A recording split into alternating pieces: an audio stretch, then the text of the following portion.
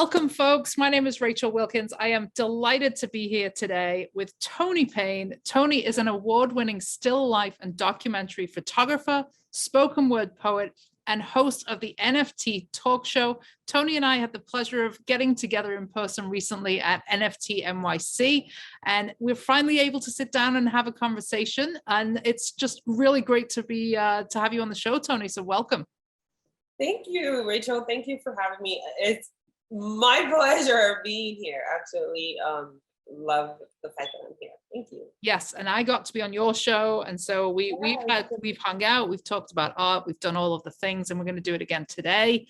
We're going to talk a little bit about your creative background, the various forms of expression that you've had over your career, and then we're going to talk a little bit about NFTs, because you are someone who is not only putting your own work into NFTs and selling your work, but you're also helping others on board into the NFT community as well. So lots of stuff to cover, lots to talk about. But what I would love to do is to go right back to early days, baby Toni. What was it about in the beginning? Can you remember anything specific that spoke to you that really pulled you into your own kind of sense of creativity? Is there anything in your childhood or any person that inspired you to pick up a camera and start taking pictures? So the funniest thing is baby Toni actually wanted to be a lawyer. What? Yes, so I wanted to be a lawyer because I felt like, I talked a lot and I could make a good argument. And naturally, growing up in the family and environment that I grew up in, you're either a lawyer or accountant, engineer, or whatnot. But yeah, as far as my childhood, I think naturally, I wouldn't say I was naturally creative. I think when you're a kid, you are naturally creative, right? Because that's what kids do. But I didn't start getting into the creative side of myself until, actually, no, let me not say college. I'll say maybe middle school. And that was with ceramics. I still have some ceramics that I made back in middle school. And just recently, again, I discovered that, wait a minute, I'm good at sculpting. But it's so far from photography. But my love, I guess, for photography probably started in college. I initially I was studying the arts, wanted to do, I studied video digital art, and photography is, part of digital art. And I wanted to be a filmmaker. I wanted to be a documentary filmmaker. I wanted to tell stories and travel the world and tell people stories. And that's where I started from. And somewhere along the line, life happens, and you just start discovering other things that you actually love to do. And that's what led me here. I mean, you're also a businesswoman, right? You're somebody who has worked to build up a career. And I think that happens for a lot of us, right? It's you're creative, there's this yearning to create something from nothing, whether it's ceramics or photography. Yeah. But because of the societal messaging that we hear as artists, it's well, that's not a serious career. So, and it's kind of sad, today I was reading a message from one of my followers. I had posted a still life image, and he said that, still life was his passion, but because, people would put him down and discourage him, that he went into the sciences. And I felt kind of bad. I was like, that is the reality for a lot of people. Art doesn't pay, you're going to starve, and you're not going to make any money from doing this. You can never amount to anything by doing this. And that's the story for a whole lot of people that, maybe have that little creative spark in them, but then never got an opportunity to kind of build on it.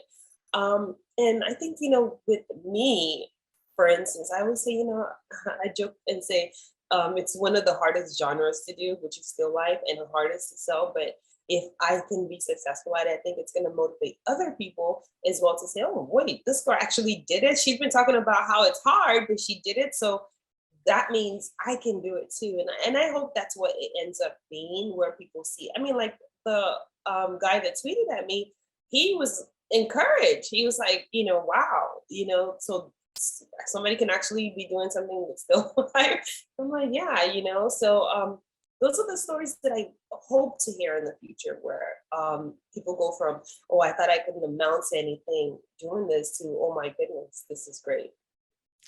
And you're somebody who, and I kind of did the same thing. It's like you continue to create, but you've carved out a business career for yourself as Yes. being creative adjacent, right? Being art adjacent. Like you're still very much doing something that is you create something from nothing. You're a commercial photographer. So you're still using that skill set, but you're able to, have the financial means to continue doing your art as well. Like, what are some of the challenges that have come with having to follow somebody else's vision, shall we say, for projects when you are a true artist at heart? Oh yeah. Okay. So I was complaining about this a few days ago, and I was like, you know what? Honestly, ideally for me, I just want to create my art. But I am grateful that I'm able to make a living from commercial photography. But it's very technical, right? But then it helps my art as well, because if you look at my art, you can see that it's also kind of very technical in the way that I like. And I prefer like just being able to be free. Like if I get it wrong, let me get it wrong and let it be part of the piece. But with commercial photography, you can't get it wrong. You have to, it has to be a certain way, it has to be lit a certain way, it has to look a certain way. You can't kind of bouncing around and be like, okay, well, I'm gonna put shadows here. I'm somebody that likes to play with shadows. I call myself the light that I bend light and chase shadows, a light bender and shadow chaser. With commercial photography, especially with product, you can't, and product is still under still life. So you can't afford to kind of, play with shadows unless you're doing like a creative shot. Well, with most product shoots, like, for websites and things like that, you stay within the realm of having it be well lit so people can see it. And then, I mean, once in a while you get the little creative ones where you play around with it. Like I shoot food as well. So those are actually fun because I get a little bit more leeway in how the creative direction is going. So you really chose a very traditional niche. It's something that, especially now we're moving into this new technology, you're kind of an outlier in the style and execution of work that you're doing. Like, what is it about still life that continues to speak to you and inspire you? It's hard. I think, I don't know. So I call myself a stubborn person, and that's because I feel like I do not take like I could take the easy way out, but I don't, and I don't know why I'm wired this way. But for some reason, I just see a challenge and I just stick my head right in it. Like, okay, this is where I'm gonna, put my everything. Like, I'm gonna make this work. And I mean, at the beginning of the when I first got into NFTs or just shooting still life generally, I easily could have just said, you know what, I'm just gonna do like because I do other types of photography as well. I do documentary photography. I do travel. I really, really enjoy travel as well because you get to, shoot landscape and food. Those would have been kind of easier for me. But for some reason, I just, just sitting there in the studio and just putting this piece together from scratch, I have nothing to work with. The landscape is not working for me. The people in the shot are not working for me because there are no people in the shot. Like I literally have to create this piece from my imagination, from the way I feel something should be. And it can be exciting. The end result is exciting. When you're putting it together, it can be frustrating. But once you finish and you see what it looks like, it's the most fulfilling feeling ever. It's like, so I think that's what endears me to still life. It's really cool. And they're so elegant and beautiful. And it is, I think we talked on your podcast about like really when you have a niche like that, like just leaning into it so much that you almost become the authority, right? You are the start of a movement. Like you're every art movement that we can think of, like the Renaissance and the modernist movements, like it started with one person, right? It started with a person who was like, this is the style and I'm doing it. And I think in a way, like you're almost doing like neo still life, because you're bringing it into this digital realm. So yes, it's exciting to see what follows that, and to see, you know, kind of the evolution of what you do with that. And when I think about the evolution of kind of where we're heading with Web3, like we can talk about NFTs obviously, but one of the things that's exciting is the ability to take creativity and combine it with machine, right? With AI, with the yes, blockchain technology. Like, are you thinking about that as a creative? yes. So that's actually something that I have been considering. But one thing I want to do, because I've seen a lot of AI apps and I've kind of toyed with them, played with them, you know, say, oh, how does this look with some of my still life work?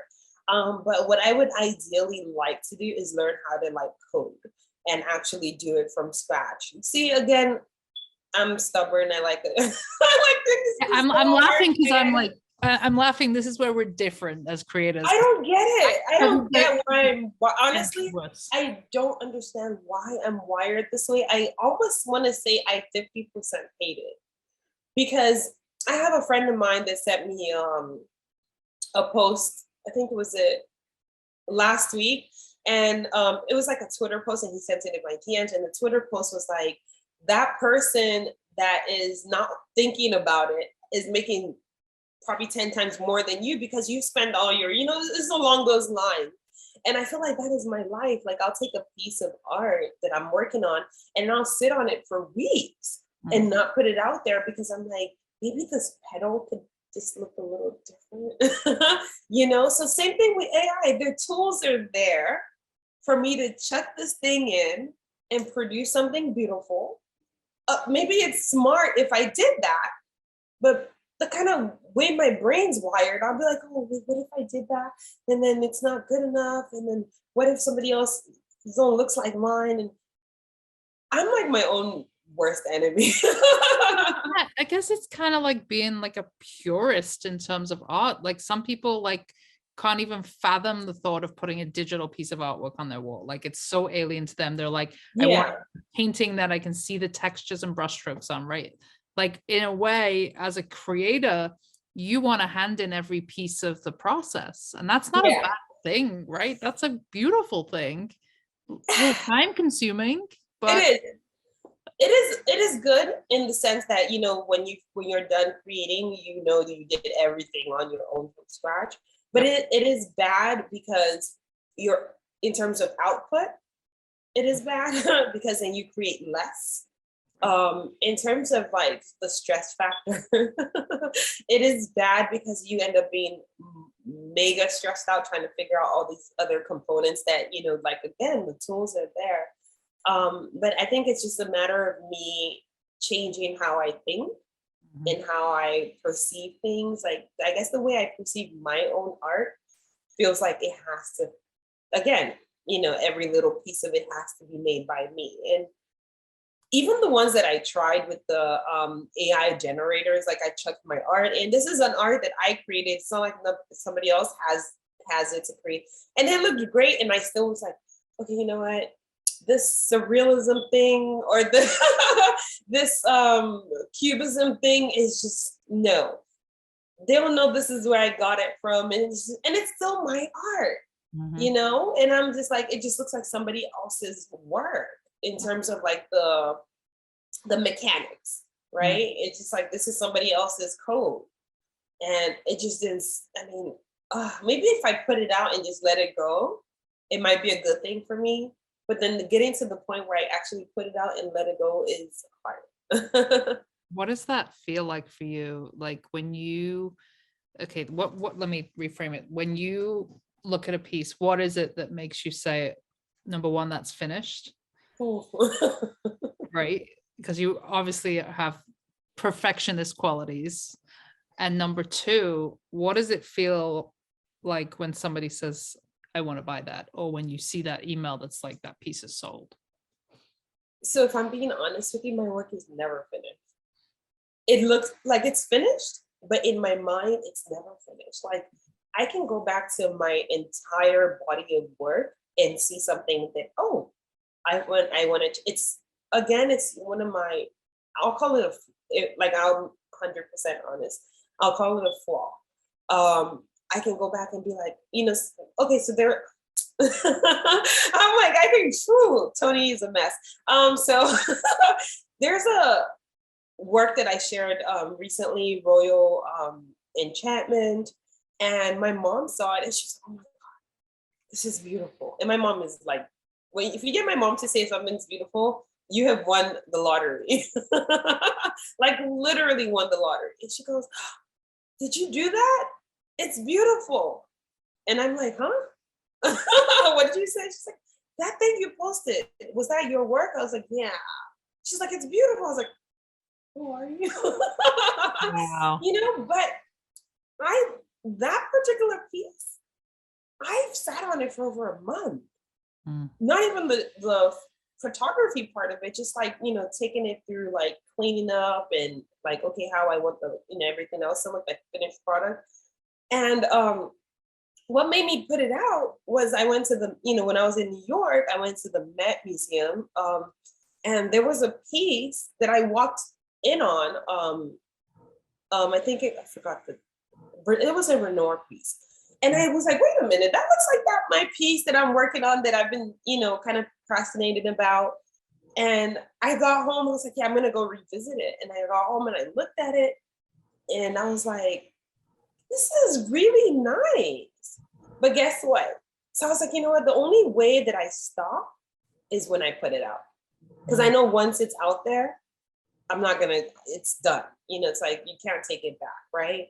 So that's the approach that I'm taking now. It's just once it's out, it's finished. It's never finished in my head. Because trust me, I can look at my art and find a million other ways that I feel it could have gone. And yeah. I don't know about you, but like sometimes, especially with painting, like I will be so immersed in the piece that I have to like look at it with fresh eyes. So like the things I'll do is like I'll put it on my fireplace and I'll go to bed. And if I still feel the same way I did the night before, when I see it first thing in the morning, I'm like, okay, it's done. That's a smart idea. That's a smart move. So I think again, like, okay, like with the items, like with my sold pieces, right? I think for me, my biggest thing, once it's sold, my biggest thing isn't so much, oh, what do I feel about it anymore? Then I start to do that really stupid and weird thing where I'm like, the person that has it, are they enjoying it? God, I hope they're enjoying it. Like then I start obsessing over, maybe I have like an obsessive personality or something. We all do. I think, especially the people that are in the NFT and Web3 space. Oh my goodness. I think we're all ADHD. Like, I mean, artists, I am adult ADHD, so I can say that, but. Yeah, artists, I think the way we're wired, creatives in general, the way that we're wired, I think it's a little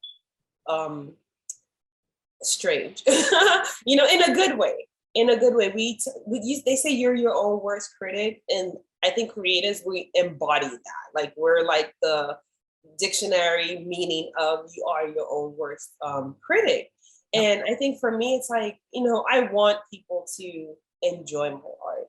Mm-hmm. I want people to resonate with my art, and I hope that they resonate with my art. So me being a creative, besides the fact that, okay, I'm creating this piece because this is me expressing myself, I think because we put a lot of ourselves into each piece, I've sat and asked myself, why do I do this? Why do I like overthink things? Or why do I feel like I'm at my therapist right now. I have that effect. I'm not gonna lie. I'm going on and on, like, we've had at least like 3 people cry on this show. Just so you know. Wow. Okay, so hopefully I won't be doing any crying. No, it's good. It's good because we're comfortable when we're talking about important parts of who we are fundamentally as creators. Yeah, and I've sat there and because obviously when you create and you're not outputting as much because you know why you're not outputting, because you're sitting on work, you're over analyzing work, you're over criticizing work. Then I've sat there so many times and asked myself, why do I do it? And I think it's because, especially with still life. So if I go out and shoot a landscape, shooting the landscape is like my view. it's not really like, putting me into that piece. The piece is actually working for me versus me working for that piece. But when I put a still life piece together, every single element that's in that piece, why did I do it? You know what I mean? Like, why did I choose a rose over a daisy? Why am I using a bottle? Why am I doing this? Why am I choosing? And then now add the poetry component, because some of my pieces come with poetry. How does the poetry sound? Do people get why I even wrote this poem? It's just a lot, it's a lot. And I've asked myself why I do it. And I think for me, I think it's just, again, once you release the work, you're like, it's no longer yours. You know what I mean? You've given it to the world. Once you put it out there for people to view it, now it belongs to the world, for them to say, oh, okay, I resonate with this. Oh, this, gives me this type of feeling. Oh, I get it, or I don't get it, or, moving on, So that vulnerability, I think that's what makes me, knowing that, putting every little bit of myself in this piece makes me vulnerable. And I'm not the type that likes to be vulnerable. I'm like, we do the whole power woman thing. Like, yeah, we're strong women, we're forces to be reckoned with. But then my art is like the exact opposite of that. That's like the most vulnerable that I am ever, like putting myself out there. It can be challenging. I mean, it's like we're taking something from our soul, right? Yeah. The form of expression for me, like, comes from here. Like, it's Yeah. not, I try not to create from here, my head, my brain. I try to create heart or my soul. So when you put that out for, like, you're almost like putting it out for judgment when you put it in the public realm. Exactly. And that can be really hard. I actually had a kind of a crappy experience recently, and it was surprising because I haven't had it in a while, but somebody kind of slid into my DMs and they asked about a price of an original piece, and then they were like, oh, it's too expensive. And so I went back with, all right, well, these are the, I do a small run of editions, they're signed, they're this, they're that. I gave them the price. It's like really not a huge amount of money. And then they basically asked me, like, well, because I found you through this person, do I get a discount? And I was so offended, right? I was just like, could you imagine, like, any other industry? Like, no, right? Just no. Like, no. I even, I spoke to my wife about it, and she's like, well, what are you going to do? I'm like, I'm just not going to reply. That's it. I feel like I'm like disrespecting my inner creative by even engaging in that conversation. I think some people, this is an opinion from me personally. Maybe I'm just like the negative Nancy or something today. But I also think some people actually do it to demoralize artists. Like that whole, it's not you, it's how they think. It's how they perceive art. And then that's bad on them. That has nothing to do with you. When you come from a place where you don't see the value in art, then you're going to have that approach where it's like, oh, well, artists shouldn't earn anything, or artists shouldn't, but guess what? I say this all the time. I'm like, okay, if I put this piece of art in my home, does it bring me joy? Yes or no? If the answer is yes, do I enjoy it? If the answer is yes, do I like to see it? If the answer is yes, am I proud of it, of my ownership of it? If the answer is yes, what makes it different from me going to buy a $10,000 Birkin? That's what I say. I'm like, people walk into a club, go to the VIP section, spend $8,000, $5,000 on champagne that they're gonna, waste the by morning. Hungover from the next day. Exactly, right? So and they do this because at that particular point, it brings them joy. Mm-hmm. So why should art be any different? Mm-hmm. Why should art be any different? You're consuming something. Mm-hmm. Right? I have my pieces in my home, and I put them in places where I know, like, next to my bedroom, up the stairs. When I'm walking in, my piece is the first thing I see. And I do that because it makes me happy. Mm-hmm. Like, I look up and see my work, and I'm like, oh. I did that. I did that, exactly. Not on my back. Exactly, I did that, and it makes me proud when people come into the my home and, oh, that's very pretty, you know. And I'm like, recently a friend of mine, her daughter, I think I tweeted this recently. Her daughter turned 13, and her mom said, "What do you want for your birthday?" And she said, "One of my pieces." And I know, and I was like, 13. And her mom got her one of my, I was planning to, well, I'm still planning to, because I need to actually, because she wanted an NFT as well. So I was like, okay, I'm gonna give her an NFT instead of a physical piece, but her mom bought her a physical piece of my work for her birthday. And I was like, she gets it, a 13-year-old gets it. Like, she could have had anything, up to whatever amount of money, and she chose art. And that's a 13-year-old. That's beautiful. It is, and it was inspiring. So I was like, next time I come to their house, I still owe her one of my pieces, but I was like, as an NFT, because she needs to, let's get her on board. And her mom's like, where is her? And I was like, when I see her, because it's not as easy as not onboarding her properly. She has to know the right things to do, how to protect her wallet and all that other extra stuff. So it has to be something where I see her and kind of onboard her in person. And that's a really good segue for us to talk about NFTs. But I do want to talk about, just circle back on what you said about, the act of buying art. I've been saying for years that selling and buying art is an act of love, because when you think, and this, goes out to anybody listening or watching this, when you think about how that exchange goes, when you give somebody that piece, like, what is the emotion that they experience? It's joy, right? It's joy. I've never had an exchange where I've given somebody that work and they've paid me for that piece where somebody's been miserable. Yeah.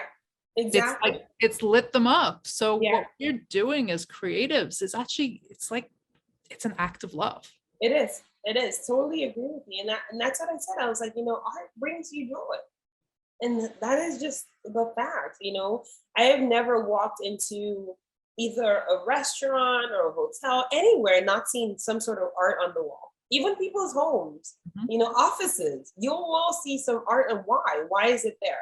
If it's not that it brings people joy, like it actually visually makes people happy to, feel something.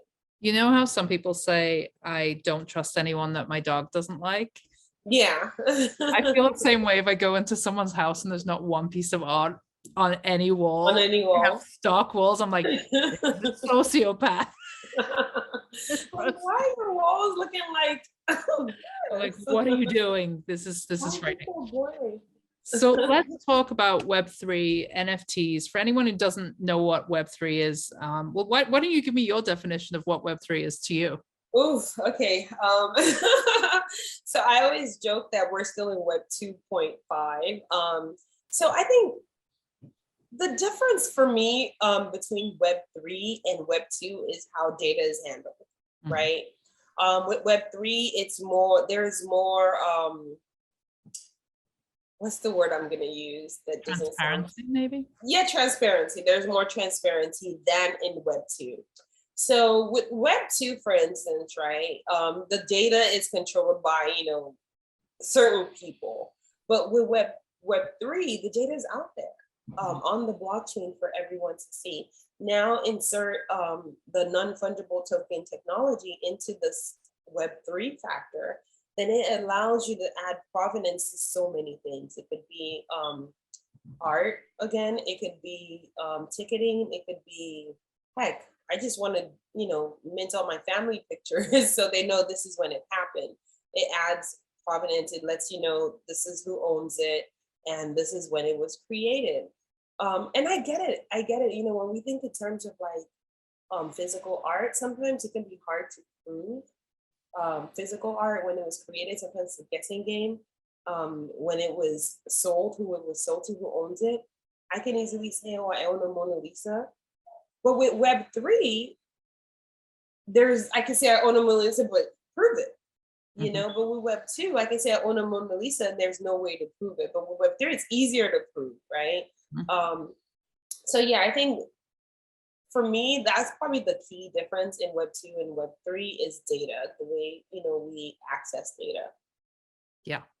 And it's exciting, and it definitely avoids like, well, it will limit the counterfeiting that happens, because we can kind of see record keeping on the blockchain. We can see the provenance of a variety of different works.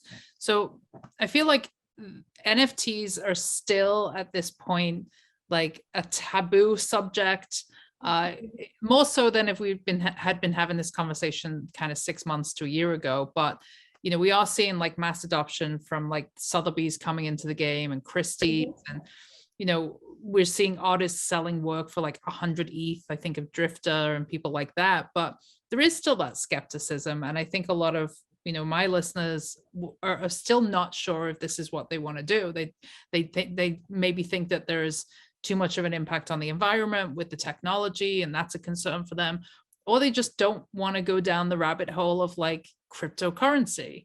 Like, you're somebody you have your own NFT podcast, which is phenomenal. For those who are listening, go check it out. Quick plug. We will put a link in the show notes to it. But what would you say to somebody who is perhaps just maybe on the fence about going down the NFT rabbit hole?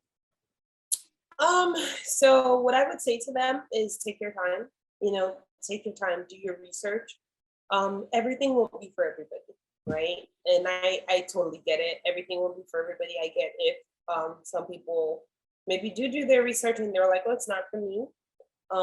And some people might do their research and find out, oh, okay, it's not as bad as I thought it was. But one thing I do know is that there's a lot of misinformation surrounding NFTs.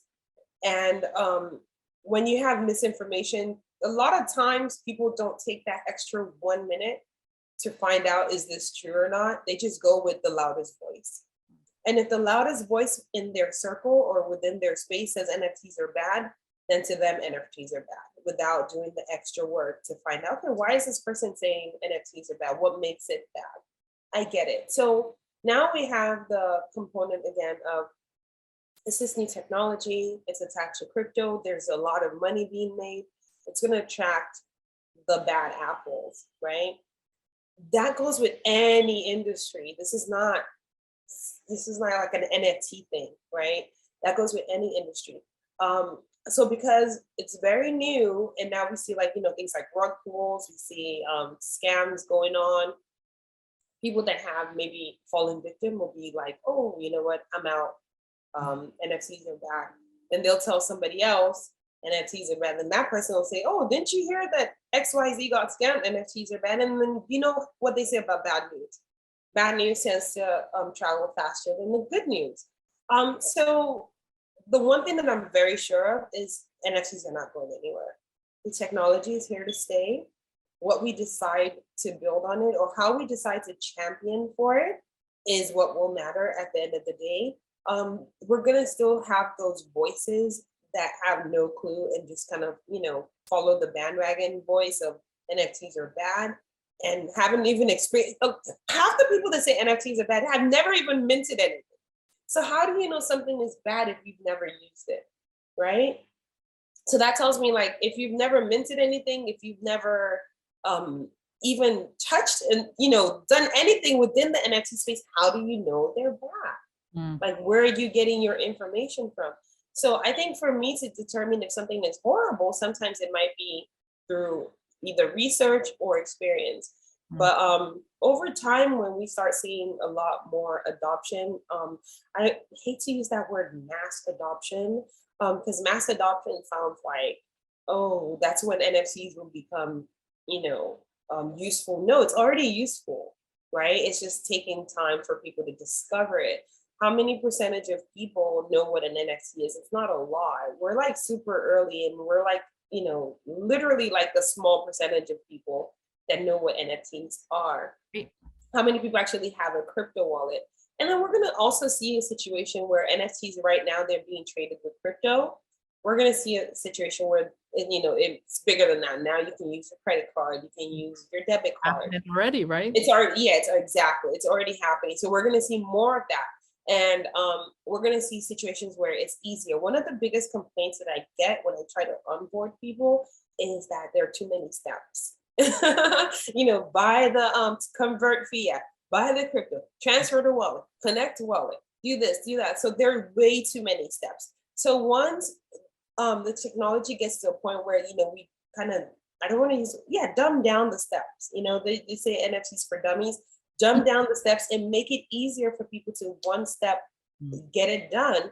I think we're going to see more people come in because, attention span is also a thing where people are like, oh, this takes too long. I don't have time for this, and stress as well. We that we're in the NFT space, it can be stressful. Like, we're going to go mint and then I'm going to run to my wallet and oh my God, did I connect my wallet to a bad site?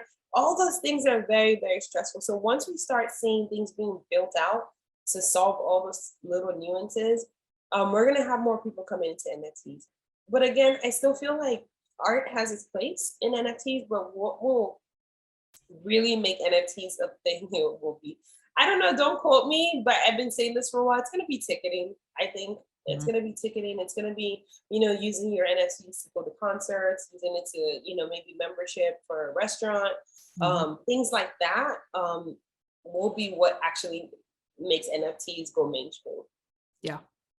And we're seeing that, right? We're seeing that just recently at NFT NYC, holders of the World of Women NFT were with the Madonna concert. Now, I do not hold a World of Women. I wish I did, but I was able to go as somebody's +1, which was awesome. And it has that like element of exclusivity when you are a holder of a certain NFT. So as much as we don't like to talk about utility for one-of-one artists, I do think it's like worth just giving some thought if you are an artist, like what could that look like? Like, how could I reward my holders? Like, and that may just be something as simple as like, okay, anyone who holds my NFT can access like a collector's night where I do a video artist talk, right? Like, and that's just exclusively for my holders. Or maybe if you are doing a show and your NFT holders get first look, they get to come in and see it before everybody else. So I do think there's a lot of pressure on creatives, like especially one-of-one artists, to like provide like the quote unquote utility that these projects are doing. But I think we can use that to our advantage and like use it to maybe build more community around our one-of-one projects. So I totally agree with you on that. I think the problem within the NFT space is how people view what utility is. I think naturally as an artist, you should already be wanting to do that. Like, I totally want to meet my collectors. I totally, want to have a collector's night, those kind of things. Those are actually fun. I wouldn't even call them utility per se. I would call them like fun stuff, like hanging out with your collectors, like maybe a collector's dinner and things like that. I think the way utility is used, or the word utility is used within the NFT space, is where it becomes kind of like a problem for a one-of-one artist. Because, when you think utility, you're thinking, maybe I'm going to get a helicopter ride somewhere, or maybe I'm going to get a free something with this art, like gift with purchase or things like that. It's not 100% compulsory for art to offer that. But as an artist, I think those things that you mentioned should be part of, your marketing, your branding, who you are. And it doesn't necessarily have to be just, not even with NFTs, just your art generally. Like, somebody holds a piece of your art. It could be, NFTs make it so much easier though, because there's proof of ownership versus somebody that owns a physical. It's like, okay, how do I prove that I own it? Oh, you're going to scan your certificate of ownership, or how are you going to do it? Whereas the NFT just makes it super easy. This is another, that you mentioned it, this is another idea that I, been kind of toying with in my head. And, feel free to chime in and tell me what you think. So again, like you just said, right? If you have the NFT, you can host like a collector's night, Mhm. So let's say you're somebody that sells physical pieces. How are they able to prove that they own one of your pieces without having to, like, again, scan or, show their receipt or whatnot? So I was like, wouldn't it be interesting if we had like people that sell physical pieces? 'Cause I still sell physical pieces, that sell physical pieces, and anybody that buys a physical piece, they don't even have to really mint an NFT. You just gonna send them some sort of, like, maybe it could be via email, it could be something like a proof of ownership that's been minted Absolutely. for them. And it just goes to their email. I think you could do that right now with POAP. That's true, because POAP kind of makes it easy. Because Yeah. how do we also do it where it's not stuck on the POAP app, right? Where, if POAP goes down today, then what happens? Right. That's a good Right. point. So how do we do it where, I feel like we got to get a developer in on this. we do, because I think that's a fabulous idea where Like people receipt. yeah, like a receipt, but a digital receipt that can also be used to, prove ownership. That's Because brilliant. that actually would be so great for people that are, like, still kind of skeptical about coming into the NFT space. You don't have to. Here is your NFT, right? That you bought, that you received because you have a physical piece. And I think that's where, like, one of the areas where I think we should be, I know we're all looking ahead, right? We're all looking like, Yeah. what can we do? What can we do? But I think we should be, like, taking a moment to say, how do we bring more people in? Like, we still need to be looking at Web2. Like, what's the technology and the solutions that we need to, like, bridge people into Web3? Exactly. They're not there. Like, people are not there yet. Like, just even the idea of, like, sending someone a POAP, like, most people wouldn't know what the hell to do with it. But Yeah. in a year's time, they probably will. So how are we going to get them through that journey? Like, what does that look like? Yeah. So, This yeah. is, this is where conversations like this are important. Maybe somebody watching this will be like, "Oh, that's a great idea. Hit us Let's up. build it." Hit us up. And let's do a timestamp. We came up with it right now, right Yeah, here. I know. Right here on the show. We want full credit and we want 50%. Yeah. 50%. No, we're gonna do like Tony Braxton, 60%. Yeah, damn right, girl. Damn right. Well, Toni, look, I always enjoy just having conversation with you about art and technology. Yes. I think we're definitely similarly aligned in that we, are coming at this as creatives, but we're also here to pass on the message and help others to come into this space. So Yes. thank you, my dear. Love Thank hanging out you for with you. having me. It's always an awesome conversation. Oh, great. Can you please tell people, like, where they can buy your art, how they can learn more about you and the podcast? Oh yes, for sure. So you can find me on Twitter at Toni Payne, and that's ToniPayne. And my website is ToniPayneNFT.com. My official website is ToniPayneOSHA.com. I'm like all over the place, but my links are in my bio. And if you want to get my NFT or my physical prints, you can get it on my website. Amazing. All right. Well, folks, you heard it here. Go follow Toni. Go buy her NFTs. She is a trailblazer in the space, and she is a generous, very giving human being who is just a great resource for those that are coming into the NFT space, or those that are just curious, or maybe thinking about dipping your toe in the Web3 water. This is the place to be doing it, folks. So my name is Rachel Wilkins. I hope you enjoyed this episode.